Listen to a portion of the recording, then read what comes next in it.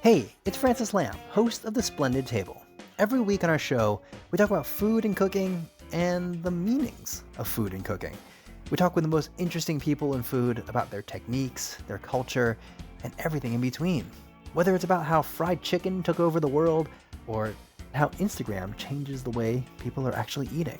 It's a food show where everyone is welcome. Come join us. You can listen to The Splendid Table wherever you get your podcasts.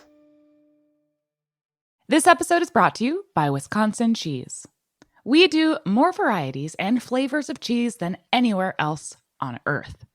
By pushing the boundaries of what cheese can and should be, find your next favorite cheese at wisconsincheese.com. You're listening to Heritage Radio Network. So you don't charm the devil with your rock and roll load. Knows that country music's gonna save your soul. The devil runs his groove in them rhythm and blues that sin. It's gonna get you sun in the end. Welcome back to the Speakeasy. I'm Sother Teague. And I'm Greg Benson. Hey, buddy. Hey, man. No Damon this week, unfortunately. What's he up to? He's still on spring break. You know, he's that guy's vibe is spring break forever, and I think we're all here for it. Vibe is the right word. I don't know if you ever knew this, but when he worked for Brooklyn Gin, his business card just said Damon Bolte vibes. Has you say that in the past tense? Has he changed it? I think if anything, he just needs to make the word vibes bigger. Like, yeah, I mean, well, he doesn't work for that company anymore, but probably if he has a business card, I bet it says that on there. Speaking of business for Damon and the fact that he's on spring break, you know, Grand Army just turned 9 years old.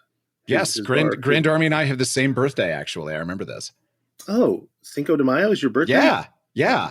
How did I not know that? Sorry. I did notice you forgot, Sother.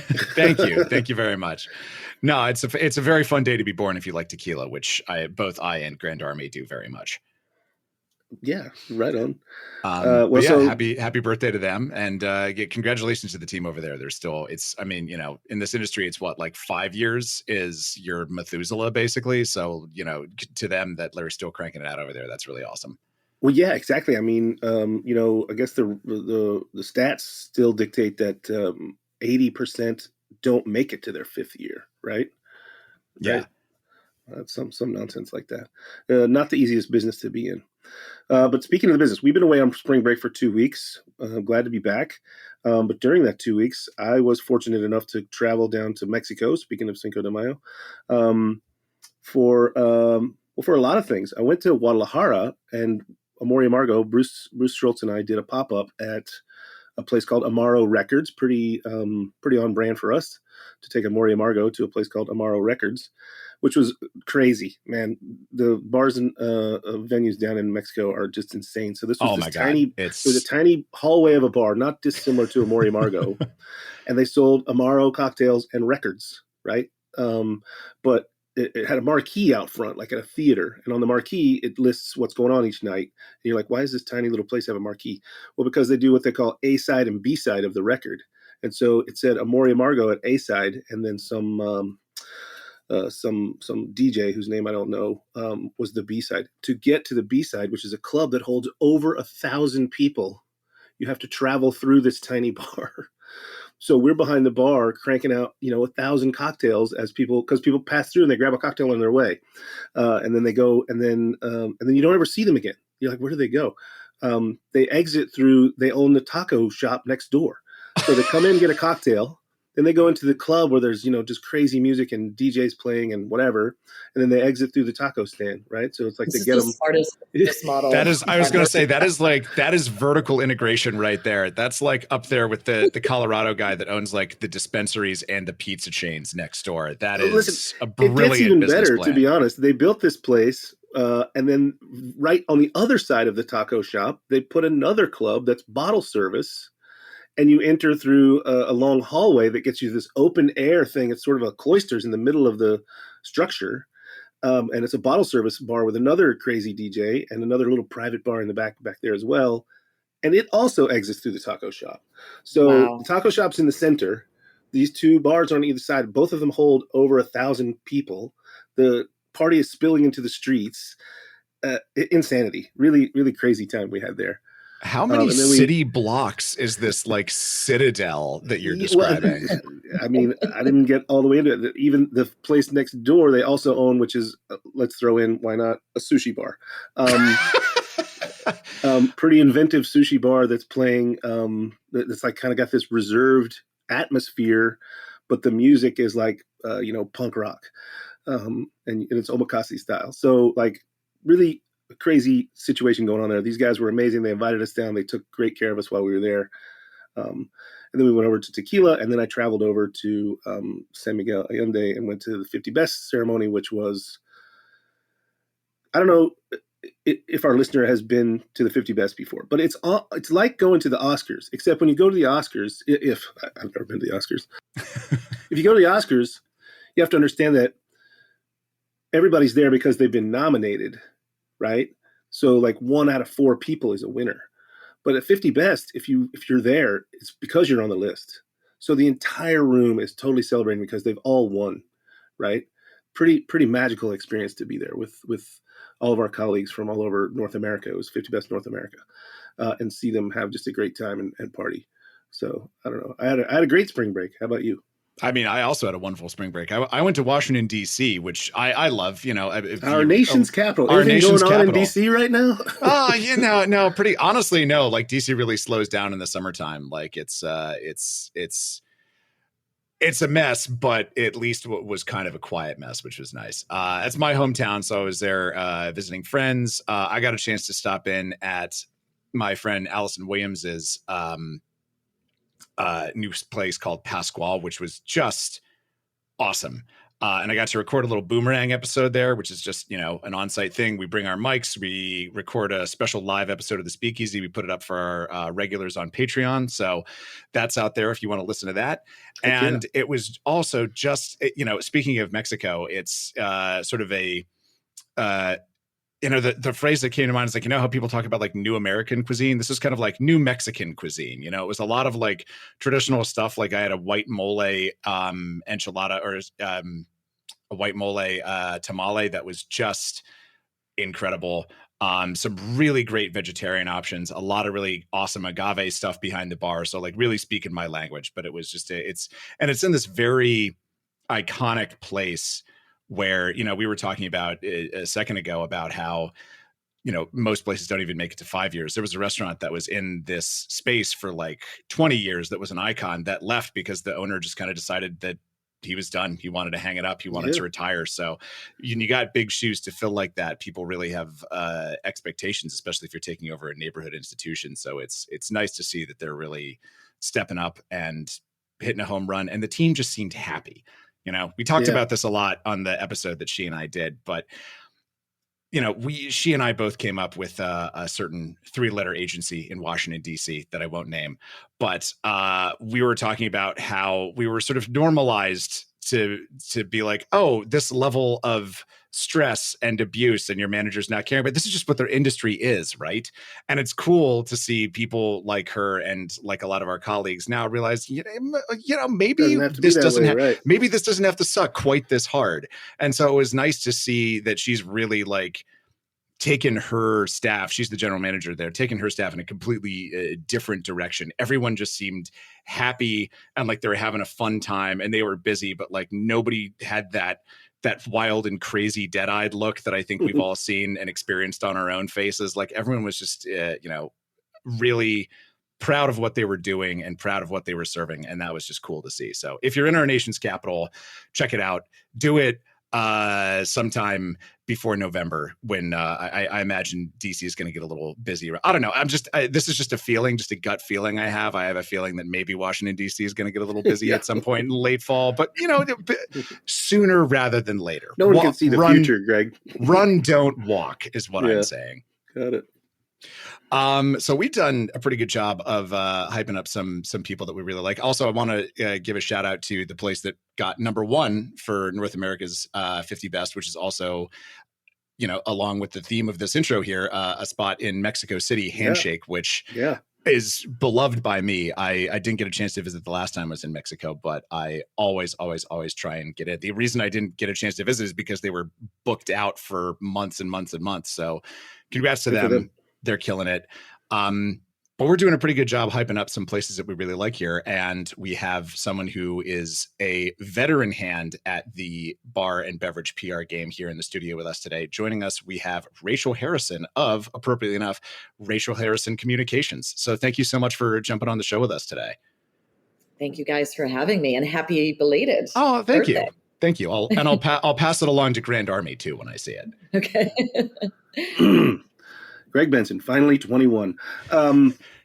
Rachel, you're coming to us from your brand new, and I mean brand new, digs right out here next to me in Bushwick, right?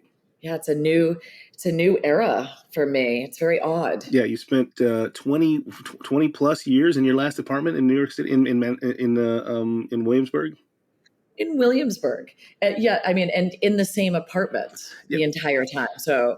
Yeah, so I guess it was maybe 21, 22 years. I moved to Williamsburg at the end of 2023. So, 2003. So, yeah, I've had basically one apartment that I've lived in the entire time I've been in New York, and now I'm gone. It hurts a little. Yeah, I mean, even that's a little bit of a unicorn story to have an apartment for that length of time in New York. I mean, I've been in New York for 22 years now, 23, something like that. And I don't know, I can't even count how many apartments I've lived in. And you lived in one place that whole time. I found a unicorn apartment. Yeah. And so when I moved to Williamsburg, I moved to another apartment that was a railroad apartment. It was horrible. I was living with another woman, and something happened where this woman and I did not get along for just a moment. We didn't get along. And it was very strange. I walked in front of my coffee shop, and this random girl says to me, she goes, "I heard you might need a new apartment." Wow. And I was like, I'm sorry. Do I know you? And she goes, "Oh, but I've heard about your roommate." And I was like, okay. She's like, "I've just heard you might want to be leaving." And I'm like, oh my God, this is insane. What is happening? She goes, "Oh, wait. No, this does sound crazy." She goes, "No, I'm dating the guy, the barista inside, Chris. He's a friend of yours." And I was like, "Oh, okay. I get it. She goes, "Do you want to see the apartment?" And I was like, "Oh, okay." Well, she had an apartment. She's like, "I have an apartment. Do you want to see it?" And I was like, "Yeah." And I walk over, and the living room was massive. And I go, "I'll take it." She goes, "Do you want to see the bedroom?" And I was like, okay. Right. Does it have one? I mean, it doesn't need to. This is fine. I know. I'm like, this is bigger than my apartment. And I saw the bedroom, and I go, "Oh my God, I'll take it." And she starts laughing. She goes, "Do you want to see the backyard?" And I go, "It has a backyard." And I go, "I don't need to see it. I don't need to see it. When can I move in?" And the next day was October 1st. And so she goes, "You can move in tomorrow." And I'm like, "I'm in." And that was that. And her name is Piper Oldfather, the best, coolest name ever. Wow. And she was an incredible roommate. And I moved in, and rent was, oh my God, I think I was paying $750 a month or something back in the days. I know. 2003, 2004. Yeah, but back then I was making $28,000 a year. Right. So $750 a month was like, can I afford this? Right, yeah. Because the railroad was $450. Right. Nearly double. Yeah, so I stayed that. The rent went up, but the rent was stabilized. So when I left, it wasn't $750, but it wasn't. And I had, for the last, I think 5 years, I've been living there by myself. So, paying for the entire thing. But I had a major flood on February 3rd of this year, where a water main broke, but my apartment I had basement and ground floor, and my apartment had been flooding for 21 years, where once a year there was probably 6 inches of water in my bedrooms. So I lost everything numerous times. And so stopped buying expensive things, stopped putting carpets down, but I still loved the apartment. I had a beautiful backyard. I have a dog that I adore, so she loves the backyard. And but this flood on February 3rd was 2 feet of water in my bedroom, and I went downstairs, and everything was floating. And that night, I called my real estate agent, and who I don't have a real estate, you know what I mean? But I told like years ago, like 10 years ago, if I ever buy a house, I'm going to you. Her name is Sorel Roger. She is also a great amazing name. I was gonna say, I can remember why. I know why you had that name just like at the tip of your tongue 10 years later. Like that's a tough person to forget. Well, I met her in Hong Kong in 2008. I met her in Hong Kong in 2008 when she was the revenue manager or revenue director for like all of the W hotels in Asia.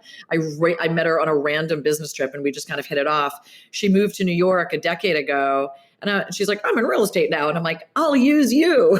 And then, you know, a typical New York story. On February 3rd at 8 p.m., I called Sorel Roger and I was like, I'm fucking ready. Yeah, let's go. Get me out of this. Get me out of this swamp.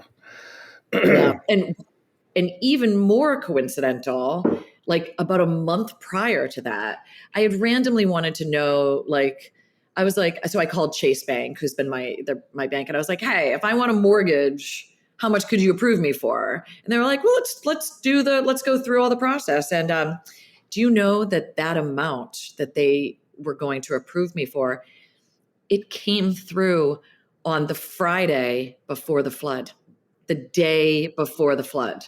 So everything, it felt kind of like kismet. It felt like it was time for a new adventure. It was time for a new experience. And it was time to buy something of my own, I guess. Yeah. Well, good for you. You know, I think we talked a little bit off air. Like, I think that's you know, maybe a dream that a lot of people aren't going to achieve anymore. Like I don't think it's also as much a dream as it used to be. Like there was a time when I thought I wanted to own a home, but now I don't think I ever want to own a home. Right. We'll see if I actually do want to own a home. I don't know yet. I love all of those messages from all of the people that are like, let the headaches begin, have fun, with the joys of home ownership, ha, ha, ha. And I'm like, okay, slow your freaking roll. Yeah. All right. Just let me enjoy this for a hot second before you tell me how horrible this is going to be. Sure. But, you know, I mean, if I'm honest, can I actually afford a home in New York City? No, I can't. So I bought a 2-family and, I'm renting out the ground floor level to somebody else. So I am taking on the responsibility of being a landlord, which is also more responsibility, but so that I can afford to live in a space that's bigger than potentially what I normally would have been able to afford. Sure. I might have to get a roommate. I don't know, you know, so I just decided that this is what I wanted to do. I wanted to live in something structurally sound that didn't flood, that was mine, that I was buying into. New York real estate, you'll never go wrong with. Sure. It's always going to increase in value. And I'm finding creative ways to pay my mortgage so that now my mortgage is actually like after renters and, you know, there's somebody who's actually living with me for 2 months now. But after all this, my mortgage is only $1,000 more than I was paying. Sure. In my rent stabilized apartment. That ain't bad. It's doable. You know, nobody can throw down a gazillion dollars. Well, I mean, not nobody, but I can't personally. Regular people can't. Regular people. Yeah. But, you know, anyway, I just kind of got really creative and I'm like, this is how we're going to do it. Well, this is how I can afford to do it. Well, I think that speaks to who you are, right? You're a creative thinker, and you solve problems. And that's kind of what PR is, right? Let's talk about PR. That's why we're here. Love your new apartment, but let's talk about PR. Thank you. But, you know, I hope that it's very interesting because public relations is incredibly misunderstood. Mm-hmm. You mystify it for us. I try to demystify it for everybody, including my clients. Have my clients hire me and they have no clue what we do. You know what I mean? But you know, there's been a lot of backlash on PR as well, especially when you talk about World's 50 Best. Yeah, I want to get into that a little. And that to me is disappointing because anyway, we can go into it. But yeah, I hope that I'm a problem solver. I hope that I am part of what helps small businesses succeed. That is our role. Our role is to help you pay your rent. Mm-hmm. Our role is to help you hire more employees. You know, our role is to help build awareness and build opportunities for you to make more revenue. So, when people knock PR, I'm like, I don't know why you guys think we're some evil villains, opportunist, crazy people. Like, we're in this industry because we love it as much as you do, and we love our clients. Like the personal kind of almost family style relationships I have with my clients is intense, and I give them everything that I have. And I ask my team members to do the same because we're holding their children in our hands. So how do we help their children grow into healthy, stable, lovely, kind humans? And that's our job, is to help our clients succeed. And success is very different for very many people. But ultimately, success is driving revenue. Yeah. Yeah, of course. Well, I mean, let's talk about this a little bit. I do want to get into the notion that, in fact, I was interviewed live on the spot from Punch Drink while I was at 50 Best, and the questions were all centered around PR. And so I know the topic you're talking about, and we'll dig into that in a second. But that felt a little bit like a hit piece. Yeah, I was like, huh, all right. Well, I saw the pull quote that they used from me, which said something along the lines of like, I just view it as another tool, right? We haven't had PR at Amor y Amargo. We've only had PR one time, and only for 6 months. And it just didn't feel right for us. But I understand that it's right for other people, and it's just another tool in your tool bag. We can get into that in a sec. But like, let's talk about PR in general for bars and restaurants, and how, I don't know, it doesn't seem like that long ago that it simply kind of didn't exist. And where did it sort of begin, and maybe why? Well, I would say I probably started focusing on bar PR, like cocktail bar PR, probably in about 2009. Mm-hmm. I would say, is when it really kind of started to take off. Nightlife, of course, has been, nightlife has been big. I would put like the Amy Sacco era and nightlife, the Ian Traeger era, and Ian Traeger, I guess, was before Sacco, but the Noah Tepperberg, like that type of. So nightlife PR was before cocktail bar PR, Sure. But they do kind of go hand in hand. Like Pravda had a PR team, Tao had a PR team, like all of these nightclubs had PR, very, very good, strong PR. But cocktail bar PR probably started around 2009, but you had like the old stalwarts, Wagstaff, I think, was potentially around doing bar PR in 2009. I'm not quite sure who else was really doing it back then. But yeah, I mean, I really started doing bar PR because I was the brand director for the Andaz Hotel Group, and my general managers said to me, we really want our bars to be the hubs of our hotels. We want them to be where people gather and hang out, et cetera, et cetera. And I had done booze and spirits, and I had done bars and restaurants and hotels and everything, but not to the level that they really wanted their bars to be like living rooms. They wanted them to be the hangout spaces in the hotels.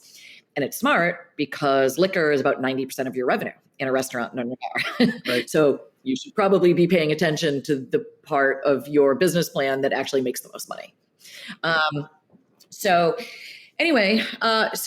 I was working with Alchemy Consulting. The hotels had hired, Toby, Jason, and Joaquin, who we love more than anything, to do the PR. To do the bar program. And then they met me.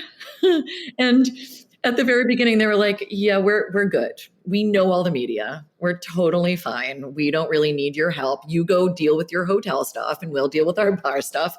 And I was like, well, actually, would you mind if I take like a cocktail making class or can I join, or at least kind of watch the bar, teaching class that you're doing for all of your new bartenders? And they were like, why? And I said, well, if I'm going to be pitching the bar, I think I should have a better understanding of what you're doing and how you do it.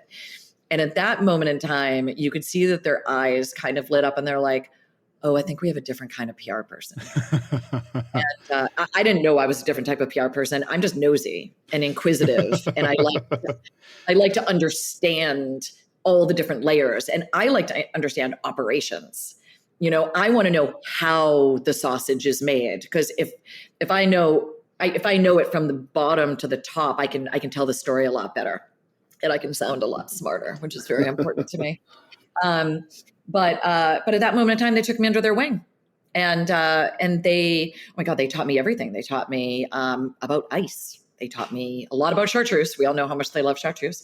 But how to smell alcohol, like not to use your nose, breathe through your mouth, nose of the glass, like all of these different things. They started bringing me to all the industry events where I met everybody. I remember going to the Hard Shake, event at Hero nightclub. And I'm like, this is crazy. What the F? Everybody's showing up to watch somebody shake a cocktail. Yeah. I am so, like, my mind is blown. I remember learning about the Ramos Gin Fizz. I'm like, you're shaking that cocktail? What? Who? What? Why? Why are you shaking it for 12 minutes? And then they poured me my first Ramos. And I'm like, oh, I will have all of these. I will. But, anyway, so they taught me everything. And so that was 2009. And I fell so in love with bar PR and like, oh my God, like the layers of bar PR is insane. The history behind it, the history of cocktails, the crazy personalities behind the bar, the design, the themes. I mean, have you ever like menus, the thematic menus, Alex Cretena's, like imagination of like Salvador Dali's dinner book that he put out in cocktail form. I mean, mind blowing. Allegory and their insane menu with Ruby, the first Black little girl who helped desegregate schools. I mean, who comes up with a cocktail menu based on that? It's mind-blowing. Almost in some ways, listen, I think restaurants are incredible, but bars, for some reason, they're allowed, I think, a little bit more of that insane creativity to push boundaries further. And that's fun. Obviously we have Grant Atkins doing crazy, amazing things. And I think, the ways that restaurants illustrate what they're doing through colors and food and tastes and textures, I think restaurants are almost kind of putting it on the table or putting it on a plate, and bartenders are also putting it in the glass, but the ability to come up with a theme and a creative menu or a concept, I think bar PR is just really fun.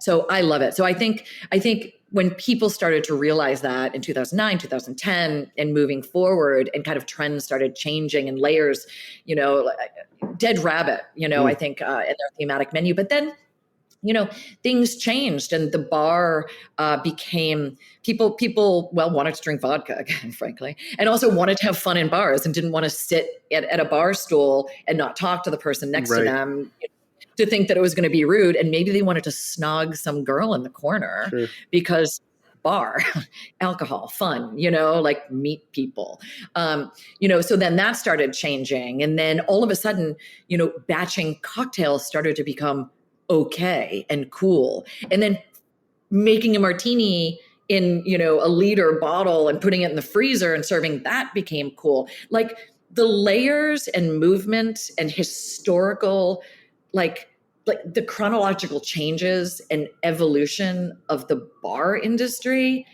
for me, is mind blowing. I mean, I can go back year upon year upon year upon year, and I could tell you every year and what changed.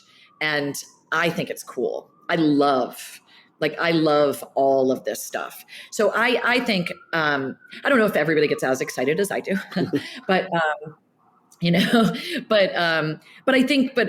I do think people do find it incredibly interesting. And I think we got a lot more publicists signed on to do bar PR because of realizing this.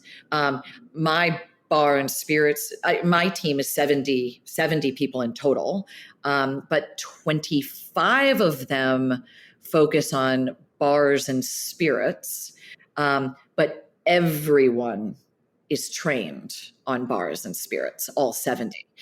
And I train everybody to be, excited and passionate about, the evolution and the history of kind of the bar culture in the United States and the world. Well, this is one thing that I appreciate about the agency that you've built, because like we get a lot of pitches on the Speakeasy for people that want to, come on, and there's a lot of exciting companies out there, but there are also a lot of unexciting companies out there. And as someone who reads every single pitch I get, I can tell you that the unexciting ones outnumber the exciting ones. So I'm always happy when I get an email from someone on your team, because I'm like, oh, this is going to be something cool and interesting. It's not going to be just another thing that I've heard again and again and again and again and again. This episode is brought to you by Wisconsin Cheese. Wisconsin, the state of cheese, makes half of the nation's specialty cheese and wins more awards than any other state or country. Our heritage and traditions, master cheesemaker program, and the American propensity for innovation all put Wisconsin on the cutting edge of cheesemaking. With over 600 varieties of cheese to choose from and 5,500 national and international awards and counting, get ready to turn your refrigerator into a trophy case. Enjoying a Wisconsin cheese is basically like winning a gold medal in culinary achievement. Set your mind at cheese. When you bite into a wedge of Wisconsin Wonderful, you know it is made with the ultimate skill and passion possible. Find your next favorite cheese at wisconsincheese.com. I would love to kind of know your methodology of how you pick the people that are on your team. Like, what is that process like, finding someone who, do you find people who have a PR background and say, okay, great, tell me what your perfect martini spec is? Or do you like finding bartenders and say, hey, how do you feel about, maybe a career in public relations? Like, what is your process there? In order to be in public relations and in order for me to hire you, it's a lot more boring than probably this podcast wants to hear. You know what I mean? Like, you have to have done internships. You really do need to start at the absolute bottom.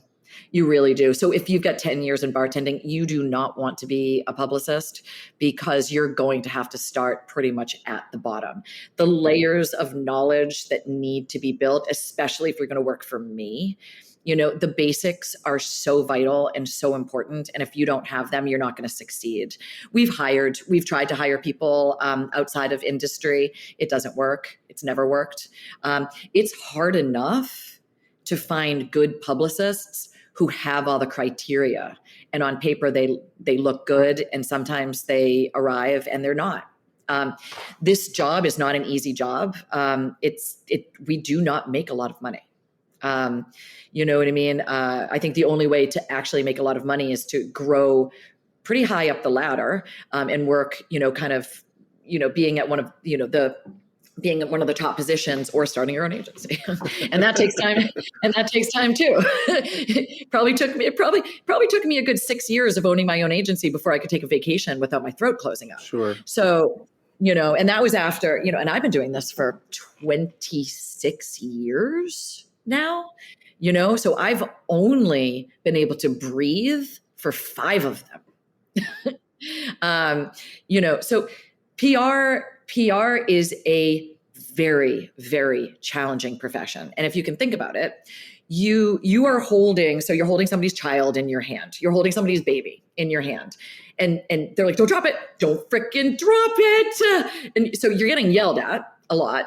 And I try to tell my team, I was like, listen, like, they're not yelling at you because you're doing a bad job. And they're frustrated, and they're scared, and they're building something, and they're putting everything that they have into this baby, and you're a part of the team, and they're freaking out. Let them freak out. You got to listen. You got to absorb it. It sucks that you have to absorb all of their stress and franticness and insanity, but it'll pass. We need a few successes. We need to get them to trust us. They need to know that we care and we're doing a great job, and this will pass. But so you're getting yelled at by your clients, right? You're also putting under a lot of pressure by the media, and tons of media. You're pitching 150 people a day. You know what I mean? If not more, depending on what you're doing. You're fielding all of those things. People are shooting, I need this immediately. I need this in an hour. I'm closing the story. I'm doing this, while you're also in the middle of meetings and new business presentations and everything else. You're also getting yelled at by all of your supervisors.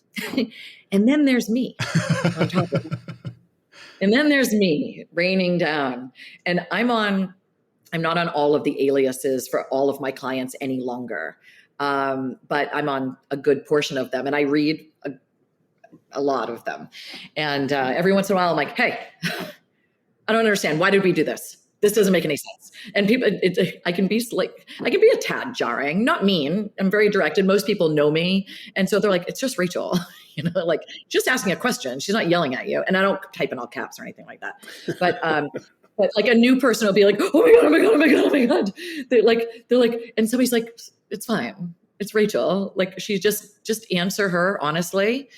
If you've made a mistake, you've made a mistake. Everybody's allowed to. She's fine. She's not a crazy person. She just wants to know what happened, and they'll tell me, and I'm like, yeah, I don't like it. I don't like that. I don't like that we did it that way. I would like us to do it this way now. And they're like, okay, like, so being a PR person, it's a lot of stress, and it's a lot of pressure, and it's a lot of layers. Everybody thinks that they can roll in and they're like, I'm really good with talking with people. It's like, yeah, okay. There's a lot of people that are really good at talking to people. Can you juggle 9 things? Can you handle 4 people yelling at you? You know what I mean? Can you handle like all of these? It's an emotional job. Sure. We are absorbing emotional stress and frustration from numerous people all at one time, every single day. And if you don't learn to kind of develop a slight armadillo skin and learn to breathe through it, you will not survive. It's not that you're not surviving because you're not a ridiculously smart human being. You will not survive because you cannot handle the emotional vomit being thrown at you. You know what I mean? And I can. Yeah. I love it. Yeah. I love being able, I love turning somebody who is so stressed and insane and scared. I love turning them into confident, happy, humans. Like that makes me happy. This is a very big, like, we're not so different, you and I moment, because like the experience that you're describing is the experience of being behind a bar when it's like 7 deep on a Friday or Saturday night, and everybody is cranky, and they all in their heads, they've all been waiting for at least 20 minutes, even though it hasn't been that. And they're upset, and they don't have a drink in their hands. And the person they were hitting on is trying to leave. And, you meanwhile have a running list of like 12 different things that you have to do. But there's still that satisfaction of getting to turn it around for those people and have them at the end of the, that immediate switch of like, they go from just really impatient and pissed off to like, oh, wow, this is great. Thank you so much. I really appreciate that. This is wonderful. Like there's something just so delicious about that moment, right? It's the best feeling in the world. And I waited tables for a decade. I loved waiting tables. And had I been able to kind of, let's say made as much money as I wanted to make waiting tables, I probably would have done it forever. But I loved juggling 10 tables, and an 8 top and a 6 top and all of these, and I loved, number one, I loved when everything was perfect and I didn't forget the ketchup or the shrimp cocktail or whatever it was. But also, when you had like a couple sit down and this couple looks like they hate each other, and you're just like, oh God, this is bleak, but you get to be a part of their experience, hopefully not too much because that's annoying, but like enough that when like halfway through, they're laughing and they're enjoying each other and they're enjoying the meal and they're enjoying you and they're enjoying everything about it. And hopefully they leave you a 25% tip, and because that's the whole point. But besides the tip, really, it's the turning around of that table that just makes you smile. You've done something good in somebody's life and you've made their evening incredible. And so in that way too, I think, from a bar perspective, restaurant, hotel, like the hospitality industry, and from a PR perspective, that's what drives us. If those types of things aren't driving you, you shouldn't be in those industries. And PR included. We're in a service industry and we need to make people happy. And don't get me wrong, there's a few out there who will never be happy. Yeah, so those who are only happy when they're miserable. Yes. Well, let's talk about the misery side a little bit then. You alluded to it, and I alluded to it a little bit earlier. you do face a little bit of backlash from the industry at large when things like 50 Best and Tales of the Cocktail come around. Why do you think that is? What do you think that is? This just sour grapes from the industry, or what do you think that is? I think it's a lack of understanding and a lack of education. Not that we need to educate people.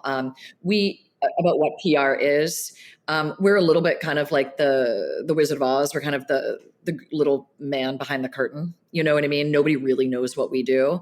I'm always kind of confused. I'm like, what do you think we're doing over here? You think we're just like shelling out like $100 bills, to judges?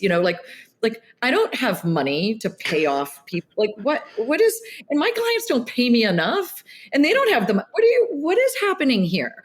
What in the world do you think we're doing to sway their thoughts? For me, I'm not a magician. Well, for them to point out and think that PR is the bad guy for doing what you just said, shelling out $100 bills, then they have to then think the judges are bad guys too. So they just think the whole system is corrupt, right? I'm constantly confused because, listen, if a bar decides that they want to put money in their marketing and PR and advertising and, in that budget aside and hire public relations. And listen, there are publicists. There are all different price ranges of publicists. Mm-hmm. There are also ways that your internal team can be trained to do PR. You don't have to pay somebody to do it. It's a lot of work. That's why people do. You know what I mean? But you can train somebody within your bar to dedicate 3 hours a day towards public relations. If you had somebody dedicating 3 hours a day on your internal team, that's 15 hours a week. So, that's monthly more than we would dedicate to a bar. So you can do it yourself. Mm-hmm. So, and it's not, God, I would pick up the phone, call me. I'll tell you how to do it. Like truly, I care about success of bars. So there's no bar ever in the history of the universe that's going to hire me. And if they're a shitty bar, there is nothing that I can do to get them on a list. Literally nothing. Now, I can take a subpar bar and I can say, ugh, your menu is non-directional, your theme's a disaster, your service is a shit show. This design needs to be changed. There's no vibe. The music is rattling off the ceiling and around to the floor and through my chest. I can come into someplace and get paid to tell them exactly what they need to do to make their bar a better bar. Sure, a little diagnostic, right? Yeah. I can do a rescue, if you will. Sure. Yeah, I can do that. You know what I mean? And then I can also tell them, you've already opened, you're already new. You're not new anymore. So we're making all these changes, but you also just lost your chance to do the new press push, which is important in the press world. So now we have to come up with new tactics to get you onto these people's radar. So I can come up with a plan just to kind of poke the media to say, hey guys, look at us. Look at what we're doing over here. We're, come on in, check us out. What are you doing? So you make a bunch of changes. We come up with a bunch of tactics, bring those things together. We bring the horse to water. Hopefully that water is delicious. And then we see what happens.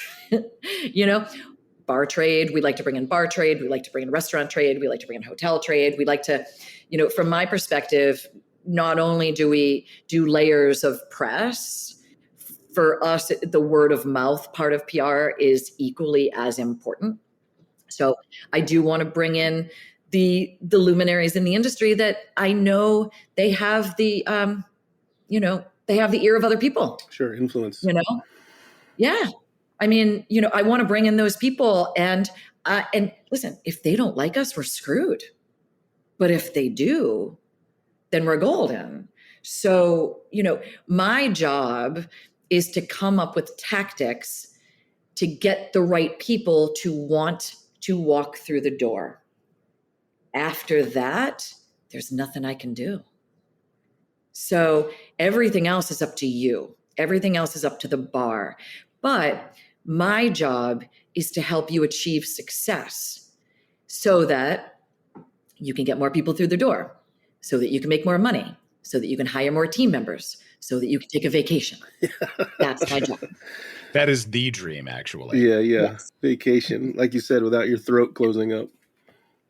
But I don't pay people off. That's craziness. I don't know a publicist who has the means to do that. Right. That's crazy. I'm not exchanging favors like for votes. I don't understand how that would work either. I'm purely coming up with ways to get people through the door. I'm coming up with creative programming. I'm coming up with, I may be putting my team, my clients in front of other people at events so that people like them. Yeah. You know what I mean? So I might bring my bar clients someplace else just so that, like, maybe I bring a New York bar client to Washington, D.C. for whatever reason. Maybe it's a pop-up, maybe it's a media visit, maybe it's a test kitchen, maybe it's just hanging out at a bunch of bars. I don't know. But I want to get if I think my team is fun and lovely and kind and amazing, I want to help them make friends too. You know what I mean? Maybe they're shy. Maybe they're quiet. Maybe they're too humble to go out and do it for themselves. Mm-hmm. Let me do it. Let me be the non-humble one. Or maybe let me be the one in front of other people. I think one of the things too is that sometimes it's not any of those things you listed. It's simply this isn't an idea that they would have on their own, or this isn't a thing that they would make time for on their own. Like if I'm grunting it out and working, every day at my own bar, then I'm not visiting other bars. I always tried to prioritize that myself in the early days, especially of Amore Amargo, where my 2 nights of the week off, I would go to 3 different bars each night, right? I would try and just go somewhere and have a cocktail and appetizer and say hello to people. And I would try and do that 2 nights a week. So that's 6 different bars a week that I could go and touch base with people and say like, hey, I have this new bar. You should come check it out, right? Well, making friends, showing support for other people. Right? This is an industry based on support. Yeah. This is an industry based off friendship, respect. And I think there's a lot of respect for talent and for other people, showing support, a lot of helping hands out there. Absolutely. And if you, a lot of people talk about, oh God, I think somebody, God, I hate this, the circle, whatever. People just talked about how it's all industry kissing each other's ass and doing this. Well, I'm sorry. Aren't we all in this industry because it's fun? Yeah. Exactly. Are we all in this industry because we like the other people in the industry? Like, what?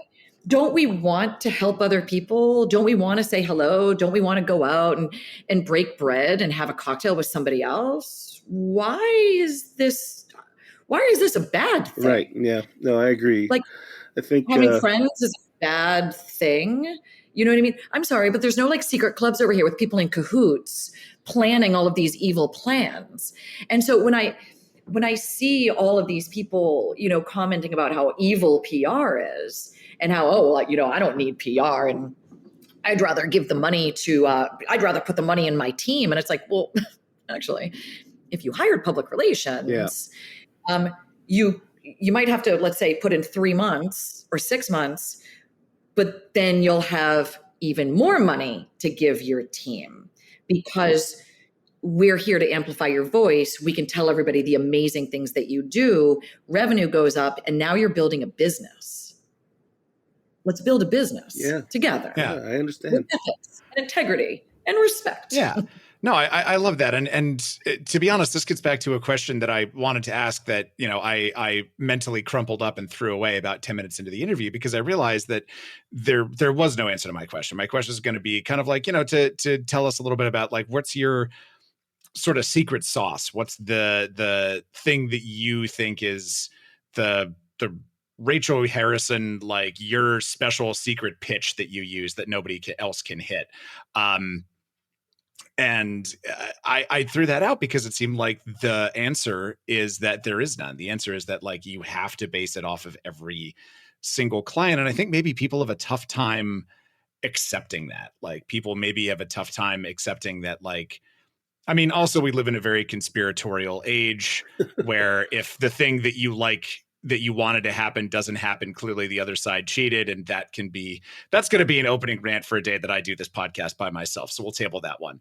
But I think that it's, people want to have a tangible answer for why something went the other way. But that's so, it's out there, but it's so difficult to really put your finger on it when there are so many like tiny, minute things that you are working on that are just, so tough to summarize in like 20 seconds or less, basically. Yeah. But every single client that we work with has a different story, has a different angle, has something different that we pull out of it. Sometimes it's very obvious. Sometimes we have to dig a lot deeper and we have to talk to people and interview and really kind of figure it out. Sometimes it's obvious to us and it's not obvious to the client at all. You know what I mean? And sometimes we also know what we need to pitch and the client's like, I don't want to do that. We're like, that's who you are. Like, this is what we need to do. And actually, I'll give you an example. Okay. And it was so long ago, I won't, you guys just wait till I write the tell all. Like once I sell my company, I'll be incredibly honest about all the things.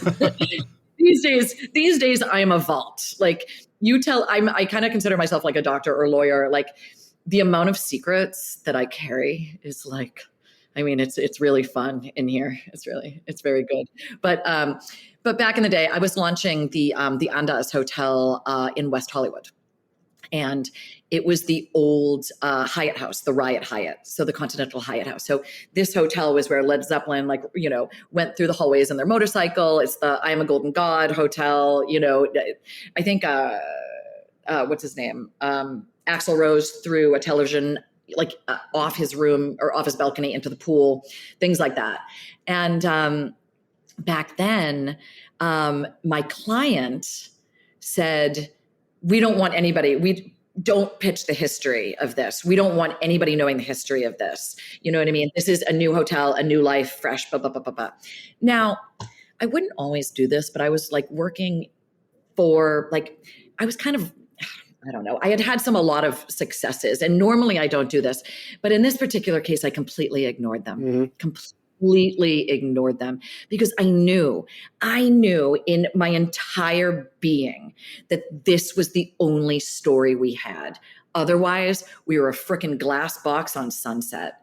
There was nothing. This was not interesting other than the history and the story and what happened within these walls. And so I pitched it in every single media outlet, from Vogue to Conde Nast Traveler to TNL to Monocle. People were losing their minds and I'm getting full page features. And it was left, right, and center. And I'm like, oh shit, I really dug myself. I really dug myself quite a hole here. Hey, I kind of went all in on that one, huh? No, I'm like, I might actually get fired. This is big. And I get a call from the client and she goes, hey, this is so weird. The history, everybody's really, really connecting to this history. And I go, I know, I don't know where they got that. And they're like, yeah, it's historical record, but they're really, really loving this. They're like, let's really lean into it now. And now we're going to change the name of the restaurant. And it used to be called 82 and Sunny. They're like, we're changing it to the name RH, Riot House. They changed the name of the restaurant to now lean so far into this history. And I knew what the story was. I don't often do that, but this was 2008, I believe 2009. And I was pretty cocky, not saying I'm not cocky now, but potentially a little bit arrogant back then. And, but little examples like that. And these days, sometimes I have a little bit more influence these days with my clients than I did back in 2008, where I will say to them, this is your story. And this is what we're going to need to lean into as the first go. And if you can't do this, we can't work with you because we're not going to be successful otherwise. What do people usually say to that? I would say it's a 50-50. Sometimes they're like, I like your confidence. I'm going to trust you. And if you fuck up, I'm going to kill you. And I'm like, okay, cool. No pressure. No big deal. And sometimes they say, we're going to go with somebody else. Yeah. Yeah. And inevitably, the story that I said it was is 99.9% of the time always the story that it becomes. Well, I mean, that seems like a calculated risk you have to take in your business to make sure that not only do you back people and create success for them, but you have to at the same time balance your own success, right? So you can't say, well, this is where I think your story is going to lead and this is how I can sell your product, and have them say, we're not interested in that. And then you say, well, then that's not going to be a success for me either, right? So it's like they back out, but maybe you're backing out too, right? Yeah. And also, if we're starting off a relationship with a client that doesn't trust us, it's never going to work anyway. Right. You know what I mean? And my team's going to be banging their head against a wall, and it's going to be hard for them. And sometimes when a client is too challenging or it's just not working, the emotional energy the toll that it takes on my team it affects everything. It affects all of their other clients. So in those particular cases, sometimes it's better if we just let a client kindly go and go try another PR agency, mostly for the benefit of my entire agency. We can't work with people who don't trust us or don't like us or proactively mean. It's kind of like, I don't have to do that. There was a moment in time where I had to work with assholes. Sure. I don't have to anymore. And I'm not going to allow I'm not going to have my team work with those people either. Yeah. That's the number one luxury of being established, right? Is you get to kind of pick like, no, I'm not going to work with someone who's an actively abusive and just kind of sadistic and close-minded individual. Like I don't need this money this badly. Right. Totally. And it doesn't mean that we're not going to understand that a client might get frustrated or a client might get stressed or a client might have a knee-jerk reaction to something that potentially is irrational. It's going to happen. You know what I mean? But we've had some severe cases, not a whole bunch, but we probably get, I would say 2 to 3 a year, of irrational humans that just kind of need to go. Do you ever get ones that are kind of like bubble cases, like ones where you're just like, oh, if I can just like, you're right there, like I can tell you're on the fence and like, I just need to sell you on this idea a little, I just need to wrap this pill in some bacon and you'll be a good cat and eat it. Like, what is there a strategy, or do people just generally fall into one of those two buckets? Either this relationship is going to work, or nope, sorry, thanks for the first date, it's not going to work out. Right. I don't think it's as black and white as that. I would say the relationship itself probably goes through all of the different levels over the entire relationship, right? So because let's say somebody loved launch and it was great, and now we're shooting out like 5 amazing, that we think are amazing creative ideas, and they're like, I don't like any of those. And we're like, whoa. So it's a constant proving ourselves, but a constant up and down, you know what I mean? And a constant collaboration, and a constant kind of, hopefully after, I would say 3 to 4 months though, the client has established trust, and we've learned the client's needs and wants enough. So they're establishing trust, we're understanding their needs, and those things are coming together so that we're almost sharing a brain. Ultimately, that's hopefully what happens. And that definitely takes about 3 to 4 months, for that to happen. We're still working, we're still doing all the things, but maybe we're making some mistakes. Maybe our client's like, that's not on brand. And we're like, ooh, okay, fair. Tell us why. Let's learn. The first few months are definitely learning some hiccups, figuring it out, while also hopefully having some really cool successes. Well, this is a topic that I think we could mine for another hour, but we're kind of at the end here. Where can people follow up with you to see the things that you have going on? You got an Instagram you want to plug, or you got some of your clients that you want to plug that people can go and follow? I have, oh God, so many. So we have 115 clients. So I'm not going to name. How fast can you talk? Yeah, I know. But well, my Instagram, our website is RHC, so WEARERHC.com. We are RHC. And my Instagram is what was created before I thought Instagram was going to be a thing. So it's a non-professional. It's Fwaychel, FWAYCHEL. I love that for you. I think that's Fwaychel is that's good branding.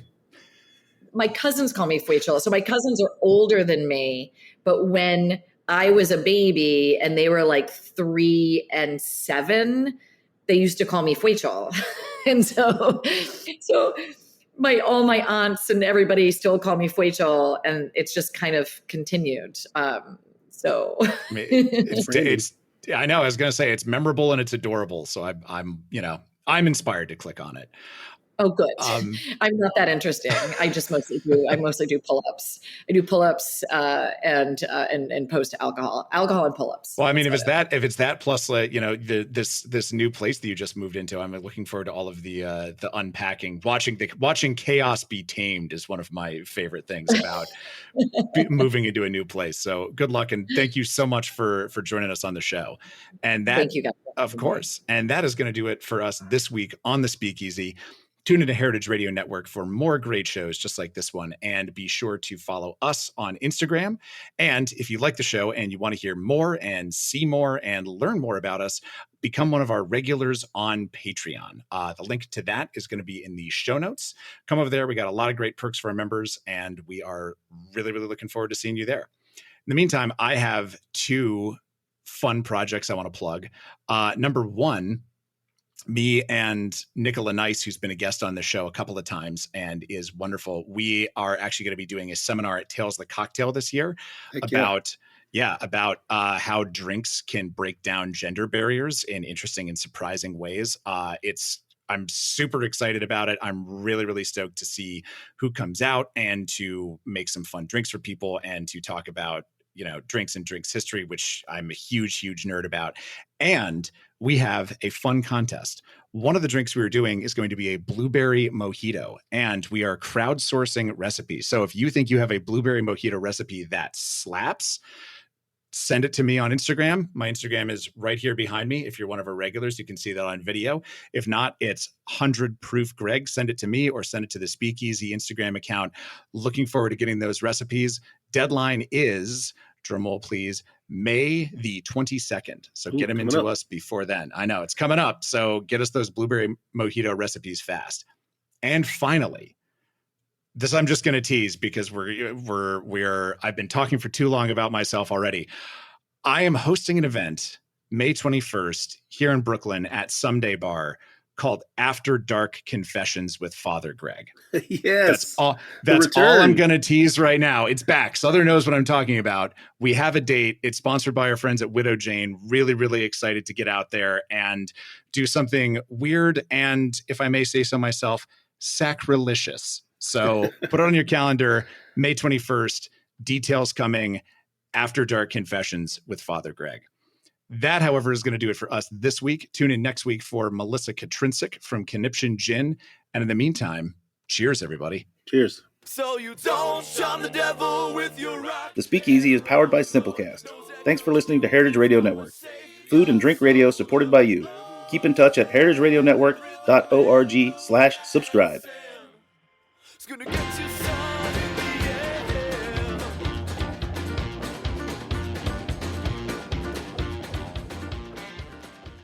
Hey everybody, I'm Nick Latham. And I'm Leah Bottima. And we're the hosts of Were You Raised by Wolves? Each week we try to make the world a kinder, nicer place. Well, that's the idea, at least. I mean, we try. Have you ever wondered what to do if you're ghosted? Or what to do when a friend asks you to borrow money? Or the proper way to eat Cheetos? You know, the big questions. So please find Were You Raised by Wolves wherever you listen.